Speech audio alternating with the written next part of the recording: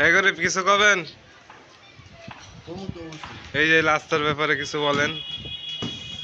বলেন সাংবাদিক ভাই।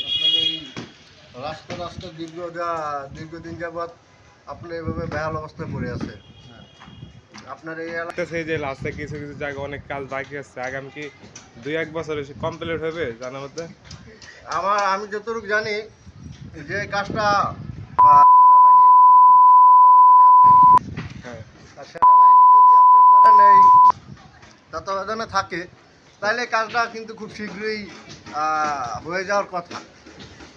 তা আপনার ধরেন 1-2 বছর, প্রায় এক বছর 3 মাস হয়ে গেছে। এখন আপনার ধরেন যদি আপনারা মনে করেন যে রাস্তাটা 2-3 মাসের ভিতরে করে দেন, তাহলে আপনার মেন পয়েন্ট দেখান। এই যে এখানে একটা east West medical and college হাসপাতাল আছে।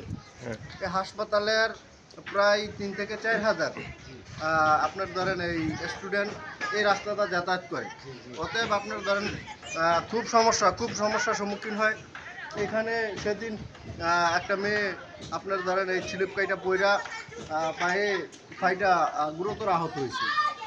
তাৎক্ষণিক এখান থেকে আমরা মেডিকেলে নিয়ে গেছি। অতএব আপনারা এই প্রতিষ্ঠানের কথাটা চিন্তা করে আপনারা ইয়া করুন। এই যে এই পাশে যে দোকান, এই রাস্তার কারণে দোকানগুলো কিন্তু বন্ধ। আপনারা আরো জানতে পারবেন এখানে আপনার ধরেন 3-4টা মিল ফ্যাক্টরি আছে।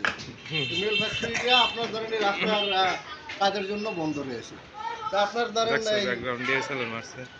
অবশ্যই আপনারা এই রাস্তাটাকে জি আপনাকে অসংখ্য ধন্যবাদ আমাদের সাথে সময় পার করার জন্য। তবে এই ধূমপানটা করছেন এটা ঠিক